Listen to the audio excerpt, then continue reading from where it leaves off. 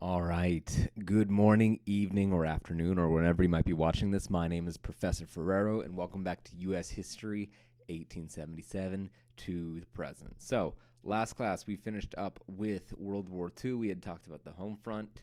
We had talked about the war itself, the Pacific theater, the European theater. And really, from this point moving forward, we're going to continue to exist in kind of this post-World War II space where America is the biggest world power on the block. However, right after World War II, America isn't the only country really left standing. It's America and the USSR, America and Russia. And that's what we're jumping into today. We're going to be talking about the start of the Cold War, really the Cold War through the 1940s and the 1950s. So let's go ahead and jump into that right now. Give me just one moment. So, as you can see, here's a cute little political cartoon that we're starting off with. Maybe not cute because it has bloody claws for the bear, but as you can see, the bears, any political cartoons you see usually represents Russia. It's wrapping its arms around the western half of Berlin, which was controlled by the US, France, and the United Kingdom. And before we get started, because we're going to be talking about communism, we're going to be talking about authoritarianism and all of these different ideologies, I want to start off with a quote by Alexander Solzhenitsyn. So Alexander Solzhenitsyn, he was a communist, or he was a dissident in communist Russia. He's going to go ahead and get sent to a gulag, which we will talk about here in a couple slides. But I want to take a moment to just go over this quote, and I want you to go ahead and read it and leave a comment down below about what you think this quote means.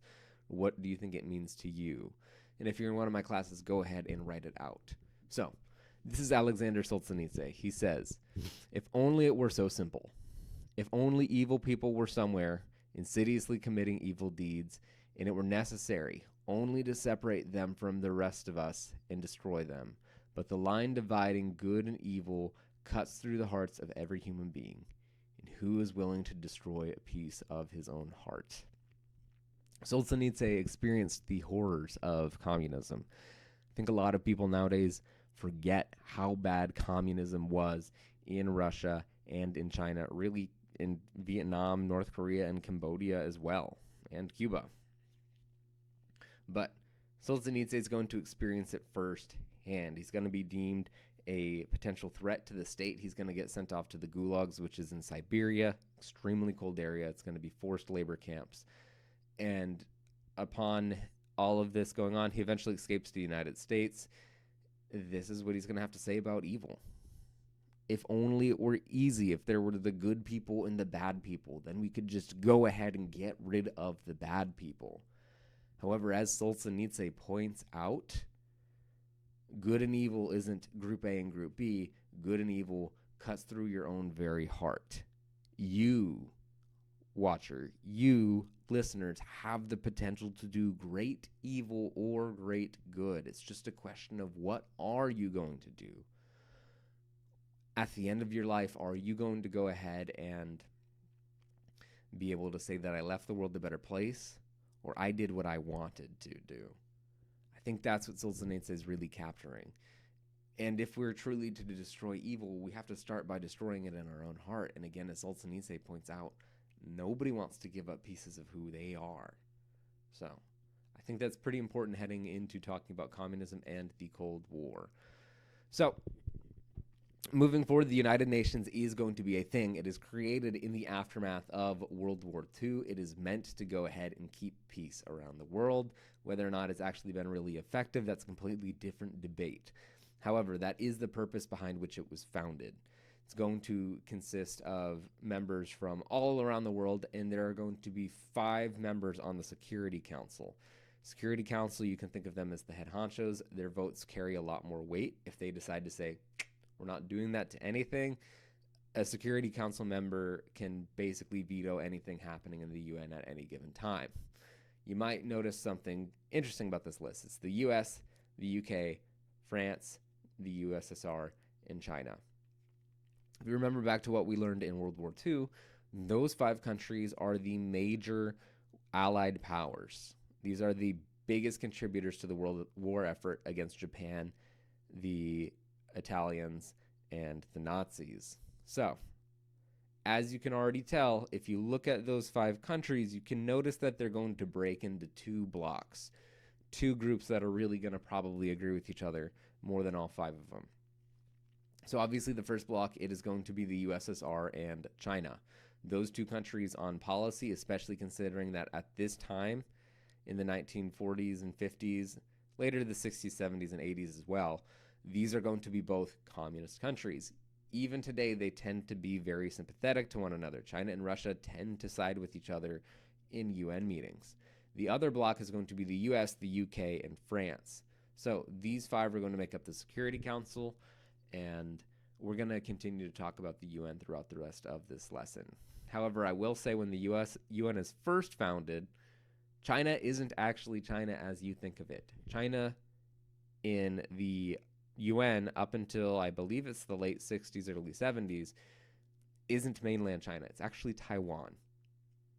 A very quick TLDR, 1930s and 40s, there are communist factions of China, and then there are democratic factions of China.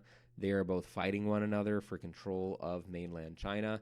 Japan invades. They say, let's pause this. We're going to go ahead and we're going to deal with Japan because both of us hate Japan more than we hate each other.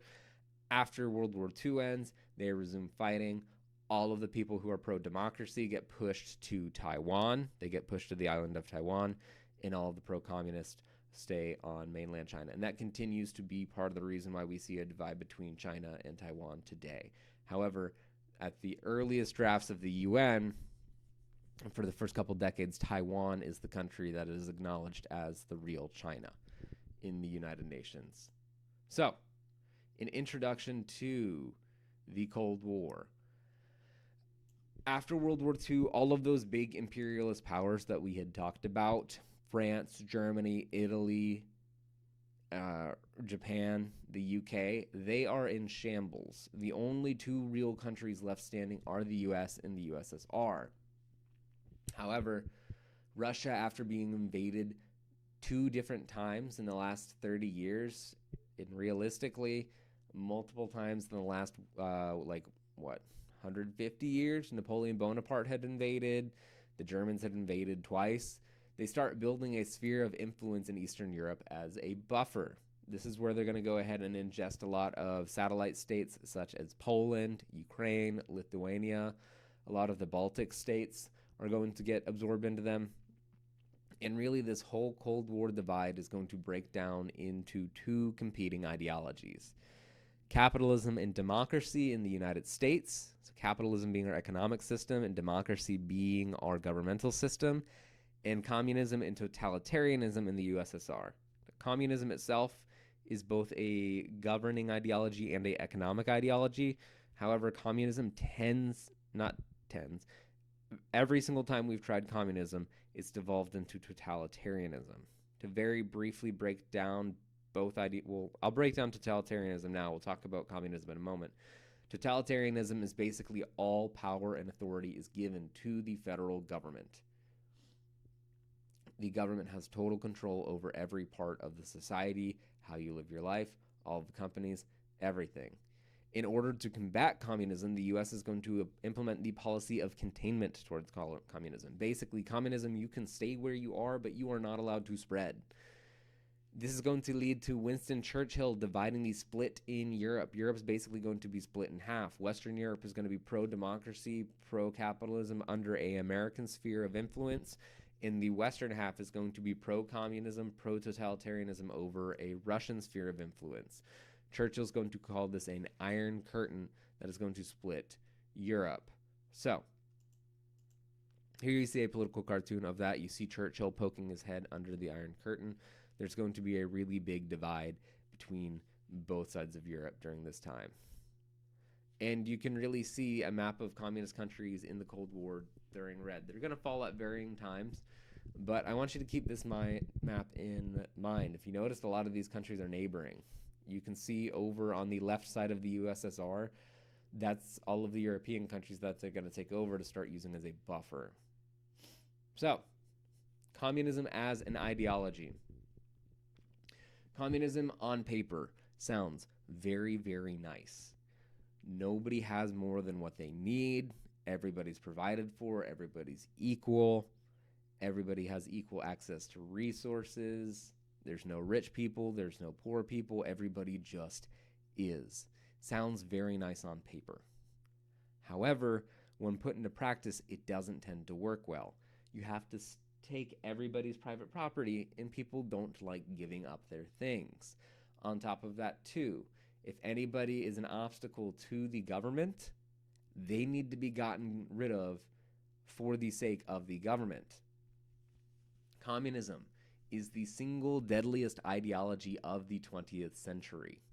Over 100 million people are going to die. For any listeners that I have in the United States, which is probably pretty much everyone since this is a U.S. history class, that is about 1/3 the population of the entire United States killed in a realistically about an 80-year period. Those who were going to speak out against communist governments were often sent to gulags. You can continue to see these type of things in places like North Korea as well. They are forced labor camps where they would be tortured and worked to death as prisoners. People who are going to be targeted for these gulags, the earliest people targeted are going to be intellectuals. These are going to be philosophers, historians, people who are perhaps more in the arts, such as English. They're going to be targeted first because they know their history, they know their philosophy, and if what they believe, if what they think doesn't line up with the state, it doesn't line up with the government, they need to be removed. Next is going to be the elites, those with political power or monetary power. They need to be gotten rid of as well. These people are going to be obstacles to the creation of a communist government. Next is going to be the artists. The artists are going to be gotten rid of for many reasons. The primary one is that under a communist regime, there's not a lot of creativity. Creativity is not encouraged. Conformity is. Fit this model, fit this mold, fit the example of a good citizen. A communist government is going to push its citizens to care more about the government, more about the state than it is anything else. And finally, political dissidents. Those who are pro-democracy, maybe even those in monarchical societies, such as Russia or China before they fell apart, are going to be sent off as well. Often the first targets, these people are going to be the first targets along with religious and ethnic minorities as well. The government does not like religion. Communist governments don't like religion because religion tells you you don't have, your ultimate responsibility isn't to the government, it's to God, or it's to faith or nirvana or the gods, depending on what religion you have. Often in these gulags, they're forced to work 14 plus hours in extreme weather conditions. The gulags in Russia are going to be in Siberia, which is exceptionally cold. In China's Great Leap Forward, they are going to push the Chinese people to move from an agricultural economy to an industrial economy. And the downside of communism is there's no competition. There's no competing companies. In the United States, if one farming company doesn't grow enough crops, another farmer or larger farming conglomerate is going to make up enough crops to make up that deficit. However, under communism, the government controls everything. If the government says, we don't need you all growing food, go work in the factories, nobody else is growing food. The Great Leap Forward is going to accidentally, I put air quotes around that, accidentally starve 30 million people. Russia's going to have the same problem as well. They're going to end up way underproducing the amount of crops they use, but instead of letting Russians starve, they steal food from Ukrainians to feed the Russian people, leading to millions of Ukrainians starving to death. Again, the state is in control of every aspect of people's lives. In order to have total control, in order for communism to work, total control needs to be given to the government for the good of the people. But again, as Solzhenitsyn points out, evil isn't just you or me, it's all of us. So how does the U.S. respond to this kind of growing issue of communism? They're going to implement the Truman Doctrine. The Truman Doctrine basically is the doctrine of containment, of keep communism where it is, don't let it spread. It's going to frame protection of freedom abroad, and kind of this is where you're going to really start getting this idea. I think it originates with Woodrow Wilson, but you really start getting this idea of the U.S. having this global responsibility. You hear people complain all the time about the U.S. doesn't need be the world's police. We kind of were back then, and that's part of the reason why we kind of continue to hold on to that ideology now.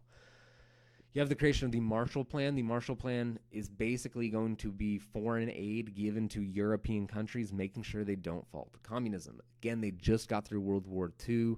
Europe is scarred and ravaged by World War II, and then America's very afraid that they're going to fall to communism, that they're going to go ahead and fall for these radical ideologies.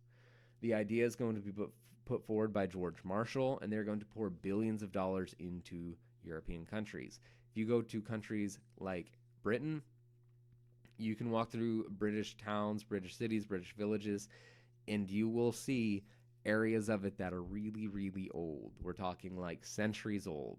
You walk a couple blocks away and you see buildings built in the 50s and 60s. The reason being is Europe is just torn apart after World War II. So this is going to be kind of viewed as a new deal for Europe. And this is really going to be one of the most successful foreign aid policies put forward in world history. Countries that get money from the United States, they're like, we're down to stay democratic. You're giving us free money. You're giving us free stuff. Let's stick with what we got going here. So here's a picture depicting the Marshall Plan, basically saying without the Marshall Plan, nothing on your bread. Also no clothes on your kids and nothing on your kids either. And again, it's important to remember what Germany's also going through during this time. Germany is split between a eastern and western half. A eastern half that is controlled by the USSR and a western half which is controlled by the US, the UK, and France. Berlin also gets split in half. That's what that kind of little blue bit down on in the middle of that sea of red. And as you can tell, that's going to be a problem for Western Berlin. So, other ways that the U.S. is going to combat communism. The first is going to be NATO, or the North Atlantic Treaty Organization. NATO continues to be a thing even today. NATO, put most simply, is a mutual defense agreement. Basically, all of the countries in NATO promise if one of you gets attacked, we're all fighting back against whoever attacked you. So, for example, the United States is a NATO country. Let me pick a random country. Cuba isn't. If Cuba attacked the United States, then every single country involved in NATO would now be at war with Cuba. It's a mutual defense agreement. It also encourages freer trade between all of these countries as well. The USSR is then going to respond by creating the Warsaw Pact, which is basically the equivalent of NATO. NATO at the time was predominantly meant to protect against communism, and in particular Russia. I'm sure you've heard NATO a lot about in the news the last couple of years, especially here in the year 2025 when this was recorded, with all of the Russia-Ukraine issues going on, things like that. You also have the Berlin Airlift. The Berlin Airlift is going to take place because, again, of that little blue spot in the middle of that sea of red.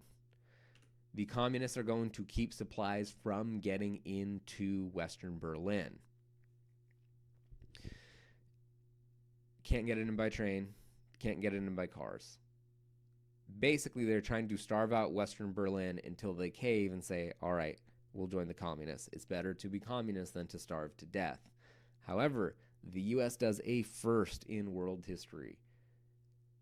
How are they going to get around it? As you can kind of tell from the name, the Berlin Airlift, they are going to start delivering supplies by air. This is going to keep Western Berlin from falling to communism, and this is going to be a world first. This is the first time in world history that supplies are going to be delivered by air on a mass scale. You can see, too, even in this image, this is from the textbook Give Me Liberty. You can really see why Churchill is going to say an Iron Curtain descended on Europe. It's literally split in half right along Germany. You can see in West Berlin the different occupation zones.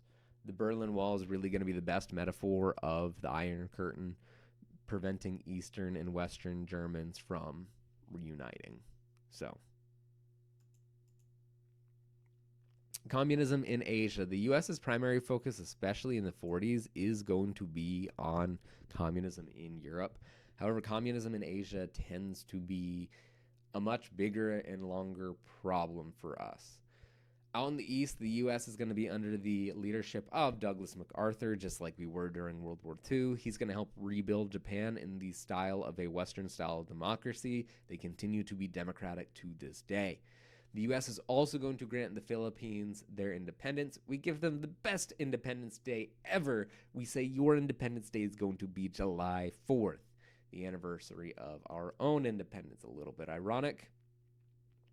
All of this happens in large part because the U.S. is telling all of these countries post-World War II, hey, you need to give up your colonies. And all of the European countries look at America and they're like, you have a colony too. You should probably give that up. And America's like, you're right. We'll do that.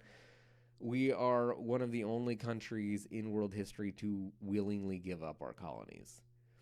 Throughout the 1940s, communists and Democrats are going to be fighting, or not Democrats, Democratic factions are going to be fighting in China. And again, I kind of mentioned this already. The communists are going to take mainland China, while those fighting democracy, they're going to end up in Taiwan. I have a bullet point down there about the recognition of Taiwan as the real China. Mainland China is not real China. It continues to be a hot button issue even today. The U.S. is also going to start realizing that communism isn't just spreading in Europe, it's also spreading in Asia as well, and they need to combat it there too. You can really see this here with this political cartoon. This picture is of an octopus. You can see it's getting its tentacles around a lot of different countries. It has it around Korea, Indochina, which would be modern-day Vietnam, Cambodia, and Laos, Malaysia, Tibet, and on its face, you might not know who that is, but that is Mao Zedong, the leader of the Communist Party in China. So, this brings us to the Korean War. This is going to be the first actual shooting war after World War II involving the United States. Korea is going to be split in two. There is a pro-communist North and a pro-U.S. South. I say pro-U.S. because they are not really democratic. They're not really too pro-democracy. They're more just anti-communist. And because of that, we support them. There's a lot of that in the late 1900s where we don't necessarily support the people who want to, allow voting, more so just support people who don't want communism. North Korea is going to gain a lot of help from communist China, and they managed to take over almost the entire peninsula. However, the United Nations is going to choose to send troops in to pull a counteroffensive led by Douglas MacArthur. You might be asking yourself, why would the UN get involved in that? Russia's on the Security Council. Well, and Russia's communist. Well, the reason behind that is because Russia was protesting the UN because the US let Taiwan in as opposed to China. So now the one guy who would vote against UN intervention, Russia, is no longer participating on the Security Council. They'll come back later. And the other four countries, the US, UK, France, and China, parentheses, Taiwan, are more than in favor with dealing with communism. They're able to do this super successfully because MacArthur is going to be involved.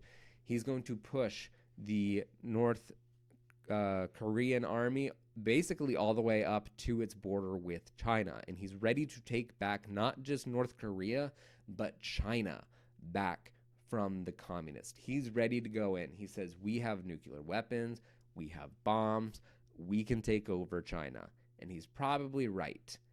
However, it would have been an extremely bloody war. And President Truman's going to look at Douglas MacArthur and say, you're not going to do that, General MacArthur. MacArthur is not a very big fan of this. He is going to mouth off against Truman, not in private, but in public. He publishes in newspapers quotes saying basically Truman's a giant coward and isn't willing to do what needs to be done. You don't do that to the President of the United States when he's your boss.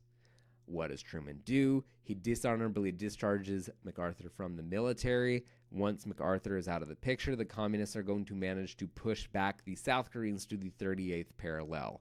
Essentially, the border is exactly where it started. So, pushed all the way down to the south, pushed all the way up to the north, and then pushed right back to the middle. The Korean War technically doesn't end. They just declare an armistice, a ceasefire, which continues to last to this day, meaning that the Korean War officially isn't even over today. You might notice in this picture something a little bit unique, something that you probably haven't seen in any wars we've covered in this class, and maybe only saw in a couple of the wars that we covered in U.S. history up until 1877, and that is African Americans and European Americans serving side by side. You have blacks and whites serving side by side here. This is due to Executive Order 9981 and 9980 during the Korean War. 9980 and 9981, we talked about it at the very end of the lesson on the battlefront of World War II. It's going to desegregate the military and make it a meritocracy. It's going to make any positions gained through merit. So this is the first time this is going to happen since the War of 1812. However, you aren't going to see full and total integration until the war in Vietnam. You can see a map here of where it started and where it ended. And that leaves us with some questions looking forward. So, again, post-World War II, the world is going to be decolonizing. Those old superpowers of old, they are going to fade and decrease in power. Their colonies are going to be gaining independence. India, Vietnam, the Dutch East Indies, which is now Indonesia, they're all going to start gaining their independence. And this is going to lead to a scramble between the U.S. and the USSR, basically trying to get these new countries to be our buddies. We want to woo over these newly independent countries to get them on our side. So does Russia. And that's not just in Asia, that's also out in Africa as well. Kenya, Nigeria, all of these countries, South Africa, they're going to be gaining their independence. Rwanda, all of them gaining their independence. You also see a larger push for human rights. Human rights is going to color a lot of Americans' foreign and domestic policy at home. In 1948, the UN General Assembly is basically going to declare a Universal Declaration of Human Rights, which, again, is great, and it sounds nice. However, unfortunately, it's not super enforceable. You do see the UN try to deal with human rights issues as best they can, but they're not a governmental body over the world. They're more so a club trying to figure out the best way to solve things. This is also going to start pushing the U.S. more towards civil rights as well. If our attitude and our policy during the Cold War is, hey, communism bad, democracy good, communism, you have no rights, you have no freedoms, democracy and capitalism, you have all of the freedoms, you have a large chunk of the population looking at America and going, we don't really have equality, give that to us. And so you start seeing more advocacy. I'd really say World War II and the Cold War are the big reasons the civil rights are able to kick off. You do have several proxy wars. The U.S. and Russia do not want to get into a direct fight. It will be World War III. Same thing as if MacArthur had invaded China. That would have been World War III as well, especially after 1949 when Russia gains nuclear weapons. There was a brief period where the U.S. could have taken over the entire world and chose not to. So good on you, U.S., for not doing that. But Russia's eventually going to steal the schematics for nuclear weapons. They're going to start detonating their own, and this is the point where neither country wants to fight each other. So because of that, both Russia and America are going to give weapons and money to the people that we like around the world. We support anti-communists, they support communists. And in several cases, we do get directly involved, such as Korea and Vietnam for us. And Russia also does have a proxy war in Afghanistan. So we're not the only ones that do proxy wars. And finally, Cold War and competition. We're going to be talking more about this in the next lecture, but because both countries don't want to get in an outright conflict, due to intel that many had managed to gain, we're going to be just spying on each other a ton. We learn about the Russians getting atomic bombs through that intel. It's really going to become a competition, an arms race in many ways, of who can get the biggest and strongest nuclear weapons, and it's also going to become a technological race of who can develop the better technology. This is especially going to play itself out when it comes to the space race, which we're going to talk about in the next lecture. Tensions are going to be high throughout the Cold War, and it's greatly going to shape American ideas of patriotism. Really, the United States tends to unite, and there's a lot more patriotism, there's a lot more agreement whenever we have a foreign adversary, whenever we have a foreign enemy. I really think that's part of the reason why, since the end of the Cold War, we've been a lot more fractious. They're going to push a lot of money into STEM, into science, technology, engineering, and mathematics. You're going to see a lot of money go into STEM programs, into higher education, and into business, because, again, we need to outcompete the communists for patriotism. The ideas of human rights and freedoms are also going to help push forward the civil rights movement. And again, all of these cultural developments we're going to talk about more next lecture. So, with that, we come to a close to the start of the Cold War. And it really leaves us with the question of, to what extent was all of it worth it? Should we have done all of this to fight communism? How was it beneficial to the United States, and also to what's best for us moving forward? Democracy and capitalism have led to a lot of human flourishing, but that doesn't mean we don't have our problems. That doesn't mean the things that happened in the Soviet Union, that happened in early communist China and continue to happen in communist China today, those things can't happen here. How do we protect those things? How do we guard our freedoms? And how do we make sure more Americans have access to freedom today than they did yesterday? As per usual, if you have any questions, please leave them in the comments. If you are one of my students, go ahead and write out any questions you might have. We can discuss them next time we meet in class. As always, my name is Professor Ferrero. Please be sure to leave a like or subscribe. And as always, have a wonderful day, and Ferrero out.